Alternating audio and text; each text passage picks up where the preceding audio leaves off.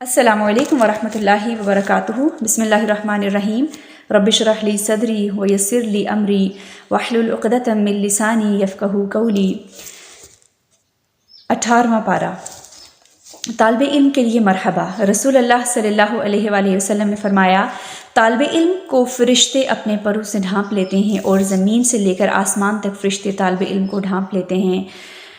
چونٹیاں اپنے بلوں میں اس کے لیے دعا کر رہی ہوتی ہیں، مچھلیاں پانی میں دعا گو ہوتی ہیں۔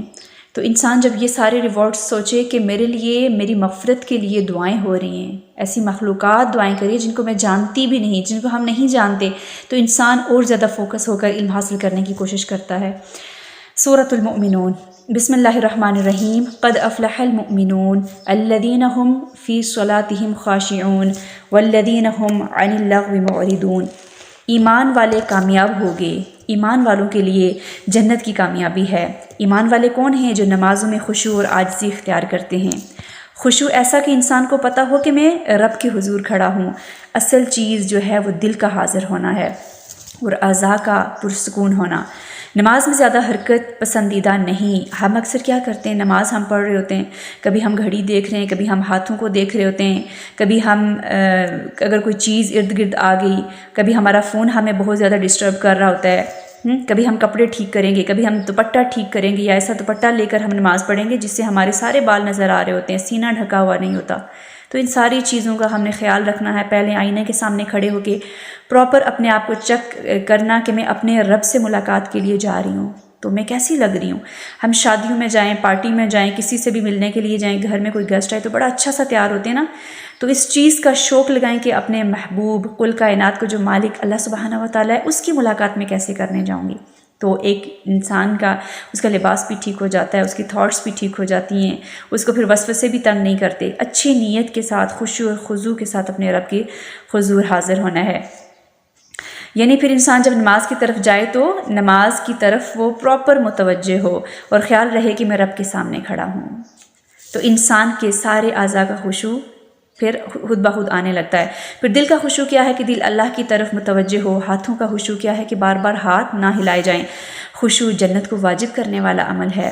رسول اللہ صلی اللہ علیہ وآلہ وسلم نے فرمایا، جس نے اچھا وضو کیا اور خشوع کے ساتھ نماز ادا کی، اس کے لیے جنت واجب ہو جائے گی۔ اللہم انی اسألک الجنہ، جب بھی جنت کی بات آئے جنت کا سوال کیا کریں۔ جتنے پرسنٹ ہمارا خشوع ہوگا اتنے پرسنٹ ہی اس کا اجر لکھا جائے گا۔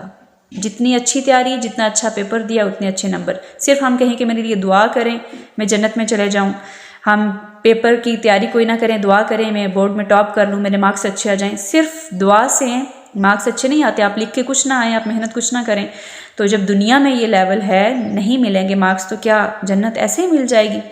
اس لیے کیا کرنا ہے، نماز سے پہلے سب سے امپورٹنٹ چیز جو ہے نیت اپنی ہم نے دیکھنی ہے کہ ہم نماز کیوں پڑھ رہے ہیں، کس کے لیے پڑھ رہے ہیں، ہمیں یہ نہیں پتہ ہوتا۔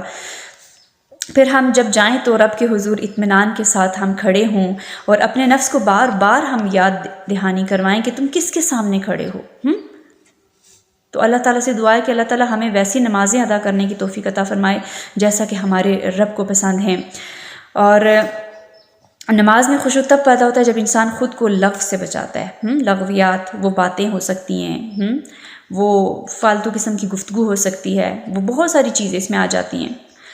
جو شخص لفظ سے بچتا ہے وہ حرام سے بچنے لگتا ہے، اور جو مال کی زکوٰۃ ادا کرتے ہیں اپنے نفس کا تزکیہ بھی کرتے رہتے ہیں، اور جو امانت اور عہد و پیمان کا خیال رکھتے ہیں اور نمازوں کی حفاظت کرتے ہیں۔ دیکھیے پھر سے نماز کی بات آئی، ان کو وقت پر اور شرائط کے ساتھ ادا کرتے ہیں اور سمجھ کر ادا کرتے ہیں۔ ہم تراویح میں کھڑے ہیں، ہم قرآن پہ قرآن مکمل کر رہے ہیں رمضان میں، اس کے علاوہ بھی، لیکن ہمیں پتہ ہی نہیں کہ ہمارے رب نے ہم سے بات کیا کی ہے، تو ہم اپنے آپ کو بار بار ریمائنڈر دیں، میرا اللہ مجھ سے کیا کہہ رہا ہے، مجھے سمجھ ہی نہیں آ رہی۔ کوئی مجھے کال کرے، میرے ساتھ چائنیز بولے یا اردو بولنے والے کے ساتھ انگلش میں بات کی جائے تو اس کو کیسا لگے گا؟ تو اب سوچیں کہ رب ہم سے بات کر رہی ہے، یہ کتاب آئی ہی ہمارے لیے ہے اور ہمیں پتہ ہی نہیں رب نے ہم سے کیا بات کی۔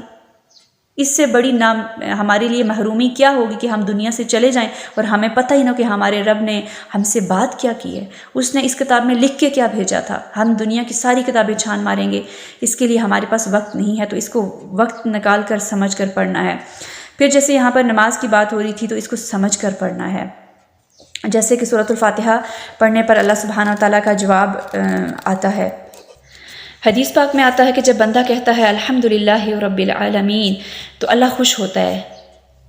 یہ جب کہتا ہے اللہ پاک ہے، جب بندہ توجہ اور دھیان سے نماز پڑھتا ہے اور اطمینان سے پڑھتا ہے، یہ نہیں کہ بھاگم بھاگی میں نماز پڑھی، وقت گیا اور نمازیں پڑھ رہے ہیں، نہیں، سمجھ کر اس کو انڈرسٹینڈ کر کے اچھے طریقے سے الحمدللہ رب العالمین، تمام تعریف اللہ کے لیے ہے، اللہ نے مجھے بنایا، یعنی ہر چیز کی تعریف، ہر معاملے میں اللہ کی تعریف، پھر اللہ تعالیٰ اس کو جواب دیتے ہیں۔ الحمدللہ رب العالمین، اللہ پاک کہتے ہیں حمدنی عبدی، میرے بندے نے میری حمد کو بیان کیا۔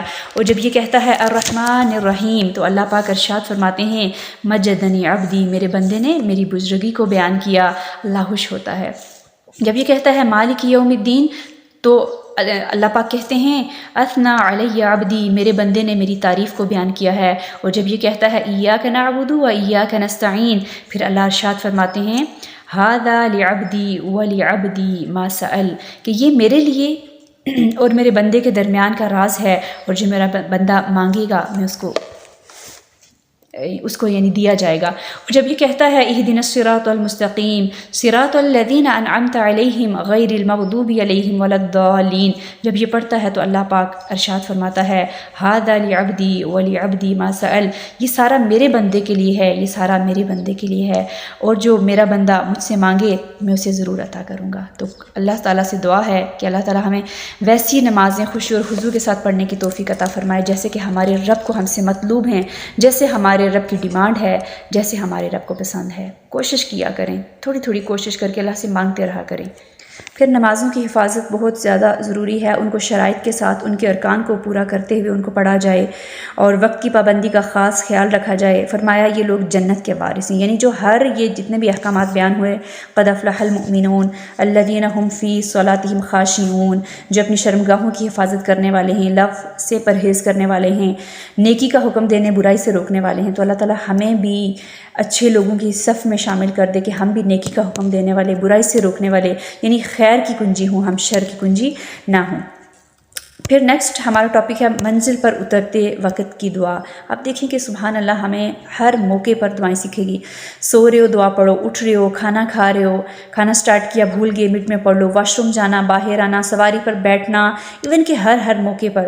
تو یہاں پہ بڑی پیاری دعا ہے ربی انزلنی منزلا مبارکا وانت خیر المنزلین، المؤمنون 92۔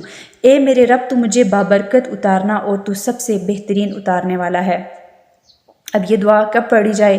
کسی بھی نئی جگہ جب انٹر ہوں وہاں پر، یا ایون کہ اپنے گھر میں بھی انٹر ہو رہے ہیں، باہر گئے اور واپس آئے تو یہ دعا ہم پڑھیں۔ کامیاب کون ہیں؟ جن کے اندر رب کا ڈر ہے اور رب کے خوف کی وجہ سے بہت سارے گناہ وہ چھوڑ دیتے ہیں۔ وہ ساری نیکیاں کر کے بھی ڈرتے ہیں کہ نیک اعمال کر کے بھی قبولیت سے ڈرتے رہتے ہیں، پتہ نہیں ہمارا رب اسے قبول کرے گا یا بھی نہیں۔ ہم لوگوں کے سٹینڈرڈ کے کام کرتے ہیں دنیا میں جس سے ہمیں محبت ہو، جب ہم اس کے لیے کام کرتے ہیں تو ایسے کرتے ہیں کہ اس کو پسند آ جائے، وہ خوش ہو جائے۔ کسی سے ملاقات کریں گے تو اچھے سے ملاقات ہونی چاہیے۔ وَلِلَّهِ الْمَثَلُ الْأَعْلَىٰ، اور اللہ تو بادشاہ ہے، سب سے اعلیٰ مثال کس کے لیے ہے؟ اللہ سبحانہ و تعالیٰ کے لیے، اس کے لیے ہے۔ ہم سوچیں کہ ہم اللہ سبحانہ و تعالیٰ کے لیے کس لیول کا کام کرتے ہیں۔ ہم اپنی نمازوں کا ہی جائزہ لے لیں۔ قرآن کی کوئی ایک آیت اٹھا کر ابھی آپ لوگ کوئی بھی ایک آیت اٹھا کر اس کو کہیں سے بھی قرآن کھول کے پڑھ کے اس کا ترجمہ پڑھنے کی خود سے کوشش کریں، پڑھ سکیں گے؟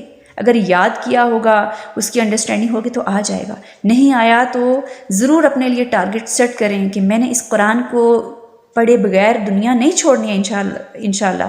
اللہ سے مانگے اللہ تعالیٰ ہمیں توفیق عطا فرما کہ ہم اس کو سمجھ کر اس دنیا سے جا سکیں، اس کے لیے ہم کوشش کرتے ہوئے اس راستے سے ہم جا سکیں۔ قرآن سمجھ نہیں آ رہا تو یہ ہمیں فکر ہونی چاہیے کہ مجھے یہ کیوں نہیں سمجھ آ رہا۔ میں تو انگلش سیکھنے کے لیے مجھے بڑا شوق ہوتا ہے، میں سیکھ لیتی ہوں، میں باقی سب کام کے لیے میرے پاس وقت ہے، تو قرآن کے لیے کیوں نہیں؟ سوچئے کہ ہم اللہ کے لیے کس سٹینڈرڈ کا کام کریں، کس کوالٹی کا کام کریں۔ تراویح میں کھڑے ہیں آج کل، جیسے تراویح سب لوگ پڑھ رہی ہوں گی، مرد حضرات، عورتیں بھی گھروں میں پڑھ رہی ہوں گی، تو اب دیکھیں کہ جو قرآن پڑھا جا رہا ہے بس میرے کان سن رہے ہیں، مجھے کچھ نہیں پتہ اس میں کیا کہا گیا۔ تو یہ اس چیز پہ ایک سوچنا ہوگا، اپنے آپ کو جگائیں اس چیز پہ، اپنے آپ کو جگائیں اس چیز پہ، سوچیں کہ ہم کس مقصد کے لیے اللہ تعالیٰ نے مجھے اس دنیا میں بھیجا ہے۔ ایکم احسن عملا، کہ تم میں سے اچھا کر کے کون آئے گا۔ ہم جب بھی قرآن پڑھیں تو ہم اپنے آپ کو یہ کہیں کہ میرا رب مجھ سے کلام کر رہا ہے نا. کون ہے وہ رب؟ ہم نے رب کو ہی نہیں جانا. تو میں نے رب کی باتوں کو جاننا ہے کہ میرے رب نے مجھ سے کیا باتیں کی ہیں، وہ مجھے سمجھ کیوں نہیں آ رہی. ہمیں تو شوق، ہمیں تو محبت، ہمیں تو تڑپ ہونی چاہیے کہ مجھے پتہ چلے کہ میرے رب نے مجھ سے کیا بات کی ہے. پھر یاد رکھیں کہ کوئی بھی نیک کام کر کے کبھی بھی تکبر کا شکار نہ ہو. ایون کہ ہمیں اچھا قرآن ہی پڑھنا آتا ہے، ہم تعلیم ہی دے رہے ہیں، ہم بہت بڑے کوئی مبلغ ہیں، ہم سے اللہ کو کام کروا رہا ہے، تو یہ نہیں کہ اس میں میرا کمال ہے، اللہ تعالیٰ نے مجھے علم دیا، میں کوئی بہت لائق ہوں. نو، ھذا من فضل ربی، یہ میرے رب کا فضل ہے الحمدللہ. ایون کہ اگر ہمیں قرآن بھی پڑھنے کو دل نہیں کر رہا، ہماری نمازیں بھی پراپر نہیں ہیں، ارکان بھی پورے نہیں ہیں، وقت کی بھی پابندی نہیں، تو یہ سب کون کروا رہا ہوتا ہے؟ شیطانی وسوسے کہیں نہ کہیں سے انسان کو آ کے وہ ایک اٹیک کر رہے ہوتے ہیں. تو اس کے لیے بڑی اچھی ہمیں دعا سکھائی گئی ہے سورۃ المؤمنون کی آیت نمبر 97 اینڈ 98 میں. ربی اعوذ بک من ھمزات الشیاطین واعوذ بک ربی ان یحضرون، اے میرے رب میں شیطانوں کے وسوسوں سے تیری پناہ مانگتا ہوں، اور اے میرے رب میں اس سے بھی تیری پناہ مانگتا ہوں کہ وہ میرے پاس حاضر ہوں. کتنی خوبصورت دعا ہے. مجھے اس چیز سے بچانا کہ وہ میرے پاس آئیں. کون؟ شیطان کی بات ہو رہی ہے. انسان پر جب کسی کی محبت غالب آ جائے تو وہ کمزور پڑنے لگتا ہے. انسان شدید غصے میں ہو، شیطان آ کر اس کو کنٹرول کرنے کی کوشش کرے گا، تو انسان کو چاہیے کہ ان جذبات میں کمزور نہ پڑے، شیطان کے حملوں سے بچے. رسول اللہ صلی اللہ علیہ وآلہ وسلم نے فرمایا جب انسان کو غصہ آئے تو اعوذ باللہ من الشیطان الرجیم وہ پڑھ لے. غصے کی حالت میں ایک غلط بات انسان کی آخرت برباد کر سکتی ہے. انسان ساری زندگی نیک کام کرتا رہے لیکن کوئی ایک کلمہ اپنے منہ سے وہ نکالتا ہے جس کی وجہ سے وہ جہنم اس کے لیے لکھتی جاتی ہے. کتنے ہی لوگ غصے میں دوسروں کو کہہ دیتے ہیں تم جہنمی ہو، فلاں تمہاری اولاد جہنمی ہے، تم تو جنت میں داخل ہی نہیں ہو سکتے، تم بہت گناہ گار ہو. ایسا نہیں کہنا چاہیے. ایسا نہ ہو کہ غصے کی حالت میں انسان کے سارے اعمال برباد ہو جائیں. ایک کلمہ انسان کے سارے اعمال کو ضائع کروا سکتا ہے. اس لیے اپنے نفس کے شر سے ہمیں پناہ مانگنی چاہیے. صبح و شام کے اذکار میں ہم اس دعا کو مانگتے رہیں. دنیا میں رہ کر چھوٹی سے چھوٹی نیکی بھی ہو کر لیں.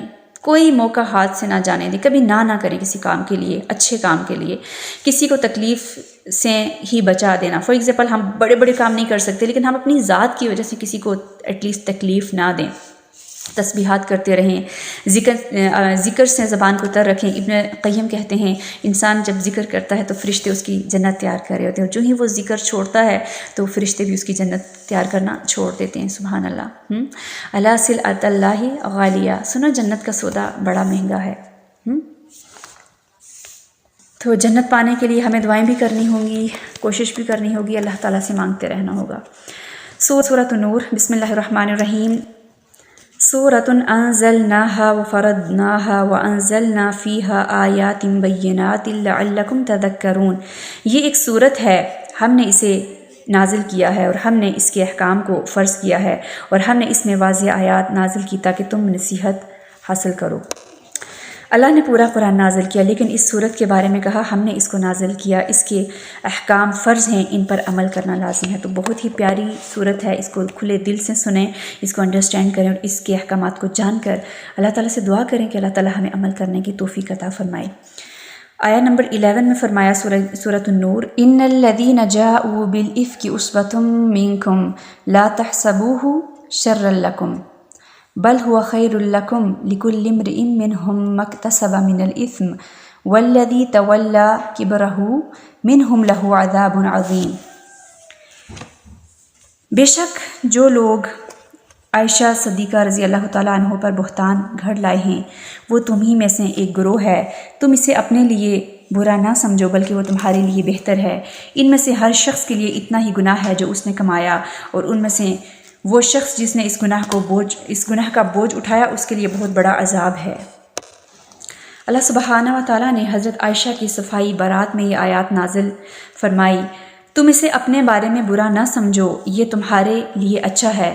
سب ایک غم سے گزر رہے ہیں. آپ دیکھیں حضرت عائشہ پر بہتان لگا ہے، اللہ اتنے غم اور تکلیف کے واقعے پر کہتے ہیں اس میں بھی خیر ہے.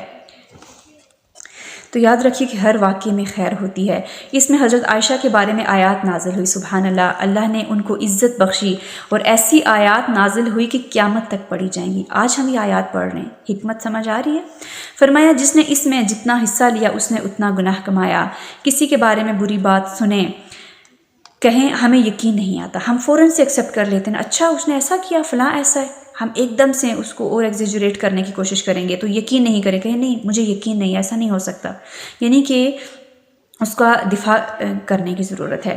ہم بعض اوقات بغیر علم کے، بغیر دلیل کے جو ہے وہ کسی پہ باتیں گھڑنا شروع ہو جاتے ہیں، ہمیں پتہ ہی نہیں ہوتا یہ بات سچ بھی ہے یا نہیں، تو جب تک 100% اس چیز میں اوتھینٹسٹی نہ ہو اس کو آگے مت پھیلائیں، مت سنیں ایسی باتیں۔ ابن سیرین کہتے ہیں اللہ کی قسم جو گناہ مجھ سے ہو گئے میں ان پر نہیں روتا، میں ان گناہوں پر روتا ہوں جن کو میں نے حقیر جانا، جبکہ وہ اللہ کے ہاں انتہائی سنگین تھے۔ جب انسان کوئی غلط کام کرتا ہے کہتا ہے کوئی بات نہیں اللہ معاف کرنے والا ہے، خیر ہے، اور یہ کہتے کہتے گناہ پر گناہ ہوتا رہتا ہے، پھر ایسے گناہوں پر انسان توبہ بھی نہیں کر پاتا، تو جن گناہوں کو ہم گناہ سمجھتے ہیں ان پر ہم توبہ بھی کرتے ہیں، تو جن گناہوں کو ہم گناہ ہی نہیں سمجھتے ان پہ ہم توبہ بھی نہیں کریں گے۔ بعض اوقات بہت گالی گلوچ ہو رہا ہوتا ہے، یہ ایک تکیہ کلام بن چکا ہوتا ہے، بات بات پہ غصہ کرنا، گالی دینا، تو ہمارے نزدیک یہ گناہ ہی نہیں ہوتے، پھر ہم ان پہ توبہ بھی نہیں کرتے، تو اللہ تعالیٰ سے توبہ ہمیں مانگنی چاہیے، معافی مانگنی چاہیے، اللہ کے حضور گڑ گڑا کر اللہ سبحانہ وتعالیٰ سے معافی مانگنی چاہیے۔ بعض اوقات چھوٹے چھوٹے گناہ مل کر آگ بھڑکانے کا ذریعہ بن جاتے ہیں، آگ بھڑکانے کے لیے کافی ہو جاتے ہیں۔ معافی ہم مانگتے رہیں، معاف ہم کرتے رہیں، معاف کرنے سے کبھی بھی عزت کم نہیں ہوتی بلکہ انسان کی عزت بڑھتی ہے، اور جو اللہ کے لیے تواضع اختیار کرے اللہ اسے بلندی عطا کر دیتا ہے۔ فرمایا یا ایھا الذین آمنوا لا تدخلوا بیوتا غیر بیوتکم حتی تستأنسوا وتسلموا علی اہلھا ذلکم خیر لکم لعلکم تذکرون۔ آیا نمبر 27 سورہ نور کی ہے۔ اے ایمان والو اپنے گھروں کے سوا اور گھروں میں داخل نہ ہوا کرو حتیٰ کہ تم اجازت لے لو اور ان کے گھر والوں کو سلام کرو، یہ تمہارے لیے بہت بہتر ہے تاکہ تم نصیحت حاصل کرو۔ فرمایا کہ جب بھی دوسروں کے گھروں میں داخل ہو تو سلام کر کے داخل ہو، اجازت لے کر اندر جاؤ، جب تک اجازت نہ ملے فرسٹ ٹائم ناک کریں، اور ایسے نہیں کہ بہت زور زور سے ہم ناک کریں کہ کسی کا دروازہ ہی توڑ دیں، آرام سے ایک دفعہ ناک کریں، ویٹ کریں، آنسر ملا فائن، نہیں تو انتظار کریں، پھر دوسری دفعہ ناک کریں، تیسری دفعہ، اگر 3 دفعہ بھی ناک کرنے پر آپ کو اجازت نہیں مل رہی، میں بھی کوئی اپنے کام میں بیزی ہو، کوئی سو رہا ہو، کوئی اپنا کوئی کام کر رہا ہو، ہم وہاں پہ بھی نیگیٹو ہو جاتے ہیں کہ فلاں نے میرے لیے دروازہ نہیں کھولا، اب وہاں سے ناراضگیاں شروع ہو جاتی ہیں، ایسا نہیں ہے۔ اس میں بھی حکمت کو سمجھنے کی کوشش کریں، ہمیں اگر اللہ کے احکامات ان آیات کا پتہ ہونا تو ہماری زندگیاں سنور جائیں، سب کچھ ٹھیک ہو جائے، پھر وہاں سے ہم پلٹ جائیں اور پھر بعد میں آئیں۔ جیسے ہمارے گھروں میں بھی اس طرح سے الحمدللہ پہلے یہ چیز نہیں تھی، لیکن ٹریننگ اپنی بھی ہوئی قرآن پڑھنے کے بعد الحمدللہ، اور پھر بچوں کو ٹرین کیا، تو اب ہمارے گھر میں اسپیشلی، باقی سب کے روم کا تو ایسا اتنا نہیں ہے، لیکن میں اپنے لیے اس چیز کو بہت نوٹ کرتی ہوں کہ چاہے میرا نیئر بائی کوئی ہے، میرا پڑوسی ہے یا میرا کوئی بھی بچے ہیں، تو وہ جب بھی میرے روم میں آئیں گے ان کی اچھی اب ٹریننگ ہو چکی ہے کہ وہ ناک کریں گے، اگر آنسر نہیں ملتا وہ وہیں سے چلے جاتے ہیں، روم میرا ڈور نہیں کھولتے اور اندر نہیں آتے۔ دوسری بات یہ کہ جب بھی وہ آئیں گے تو ان کو پتہ ہوتا ہے کہ سلام کرنا، اور وہ لازمی سلام کریں گے، ایون کہ میں بھی کہیں چلی جاؤں تو وہ دیکھتے کہ مجھے سلام کر رہے ہوتے، تو یہ ہمارے اوپر ڈیپینڈ کرتا ہے نا کہ ہم اپنے بچوں کو ان کی کس لیول پہ ہم ٹریننگ کریں، تو ٹریننگ کی ضرورت ہے، چاہے وہ آپ کے روم میں آ رہے ہیں، چاہے وہ کسی کے روم میں جا رہے ہیں، ناک کرنا، سلام کرنا اور اوقات کا خیال رکھنا بہت ضروری ہے۔ بعض اوقات انسان اپنے کاموں میں بیزی ہوتا ہے، پھر وہاں پہ نیگیٹیوٹی نہیں لانی چاہیے۔ مزید احکامات بتائے گئے۔ آنکھ دل کا دروازہ ہے، نظروں کو جھکا کر رکھنا چاہیے، اسی میں حیا ہے۔ قل للمؤمنین یغضوا من ابصارہم ویحفظوا فروجہم ذلک ادنی لہم ان اللہ خبیر بما تصفون۔ آیا نمبر 29 میں فرمایا سورۃ التوبہ کی، اے نبی آپ مومن مردوں سے کہہ دیجئے کہ وہ اپنی نظریں نیچی رکھیں اور اپنی شرمگاہوں کی حفاظت کریں، یہ ان کے لیے بہت پاکیزہ عمل ہے جو کچھ وہ کرتے ہیں، بلا شبہ اللہ اس سے خوب باخبر ہے۔ نظروں کی حفاظت بہت زیادہ ضروری ہے۔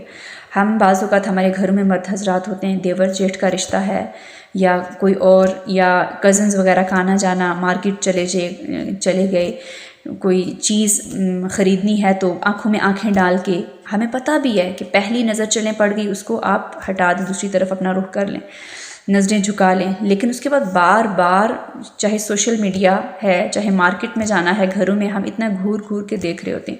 تو دیکھیں ہم نے سٹارٹنگ میں پڑھا کہ یہ احکامات، یہ آیات کس کی؟ اللہ تعالیٰ کی طرف سے، اور فرض کر دی گئی ہیں۔ تو ہمیں اس پہ سوچنا ہوگا، ہم نے اپنی نظروں کو جھکا کے رکھنا ہوگا، اتنا غور سے نہیں دیکھنا۔ کان اللہ تعالیٰ نے دیے ہیں نا، اس پہ کوئی ریسٹرکشن نہیں ہے کہ آپ سن نہیں سکتے، ہم کانوں سے سنیں، ہم نظریں جھکا کر ہم جو ہے دوسرے کی بات سن سکتے ہیں انشاءاللہ۔ تو اس میں بھی میں یہی کہوں گی کہ اللہ تعالیٰ سے مانگیں، کوئی بھی کچھ بھی کام مشکل لگ رہا ہے اللہ تعالیٰ سے مانگے، اللہ تعالیٰ تو میری نظروں کی حفاظت کر دے، یا اللہ تعالیٰ تو مجھے یہ احکامات میرے دل کے اندر ڈال دے کہ میں ان پر عمل کر سکوں۔ پھر عورتوں کے لیے مزید احکامات کی اپنی زینت کو ظاہر نہ کریں، گھر کے کپڑے اور باہر کے کپڑے ان کا جائزہ لیں کہ کیا ایک ہی جیسے ہیں؟ جو ڈریس میں نے گھر میں پہنا ہوتا ہے وہی میں باہر پہن کے تو نہیں چلی جاتی، جو چھوٹا سا دوپٹہ میرے گھر میں ہوتا ہے گلے میں ہوتا ہے وہی تو میں کیری کر کے نہیں چلی جاتی، جس طرح میرے گھر میں بال کھلے ہوتے ہیں اسی حالت میں تو باہر نہیں چلی جاتی، چاہے وہ شادی ہے، وہ پارٹی ہے، وہ مارکیٹ ہے، وہ کوئی بھی پبلک پلیس ہے۔ تو اس چیز کا جائزہ لیں، جب بھی باہر جائیں پراپر عبایا کیری کر کے جائیں۔ عبایا اتنا ٹائٹ نہ ہو کہ آپ کا پورا جسم کے ایک ایک اعضاء سامنے نظر آ رہا ہو، فیل ہو رہا ہو، اور اتنا شارٹ سا دوپٹہ نہ لیں، اتنا شارٹ سکارف نہ لیں کہ آپ کا سینہ ڈھکا ہوا نہ ہو۔ پھر یہ کیا ہے، یہ ایک دوسروں کو اٹریکٹ کرنے والی بات ہوگی۔ پھر فرمایا زمین پر نرمی والی چال چلیں، ایسے جوتے پہن کر نہ جائیں کہ پوری مارکیٹ متوجہ ہوگی کہ آگے کوئی لڑکی، اٹھ کے دیکھو، یہ نہیں ہونا چاہیے۔ ایسی نرم چال چلیں کہ کسی کو پتہ ہی نہ چلے، ایسا عبایا پہن کے چلیں، ایسا ڈھیلا ڈھالا لباس پہن کے چلیں کہ کسی کو پتہ ہی نہ چلے کوئی یہ جوان لڑکی چل رہی ہے یا بوڑھی چل رہی ہے، رائٹ۔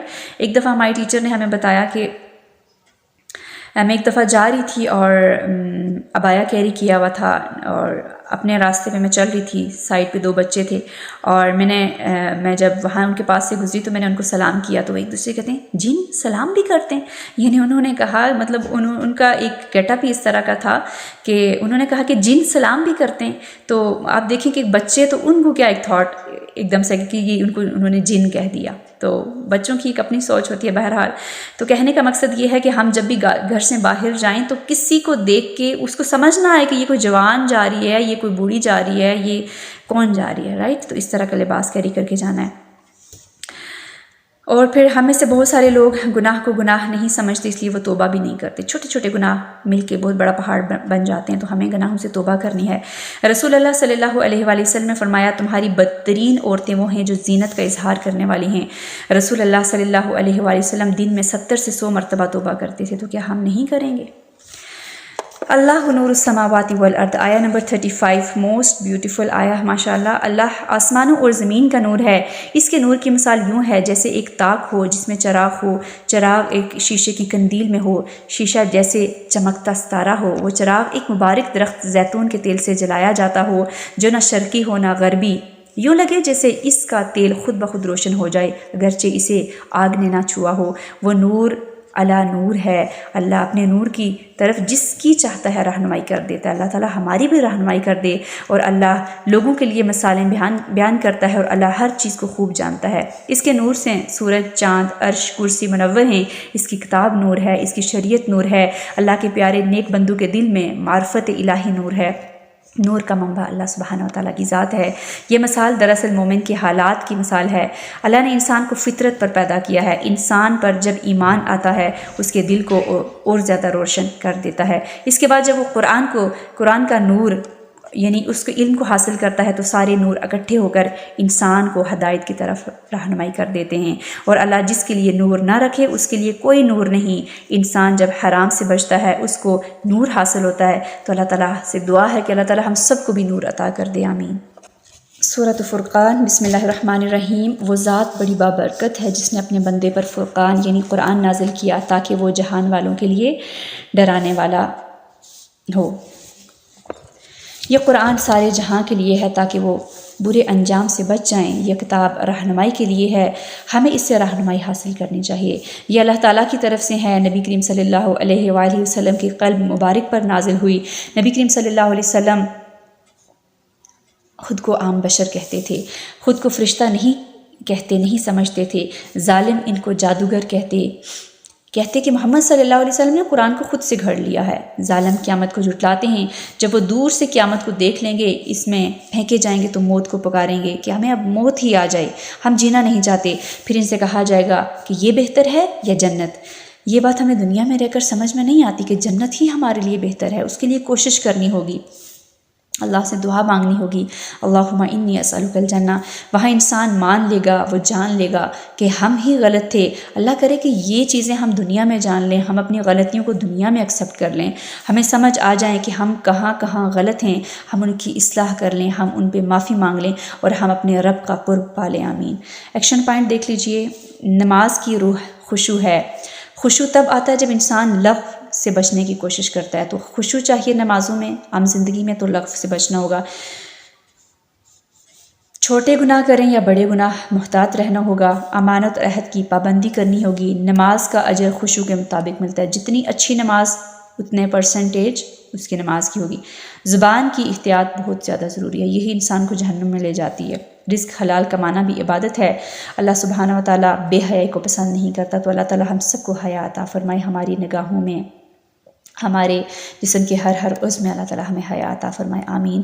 جزاکم اللہ خیرا کثیرا، سبحانک اللہم و بحمدک، اشہد ان لا الہ الا انت، استغفرک و اتوب الیک۔ السلام علیکم ورحمۃ اللہ وبرکاتہ۔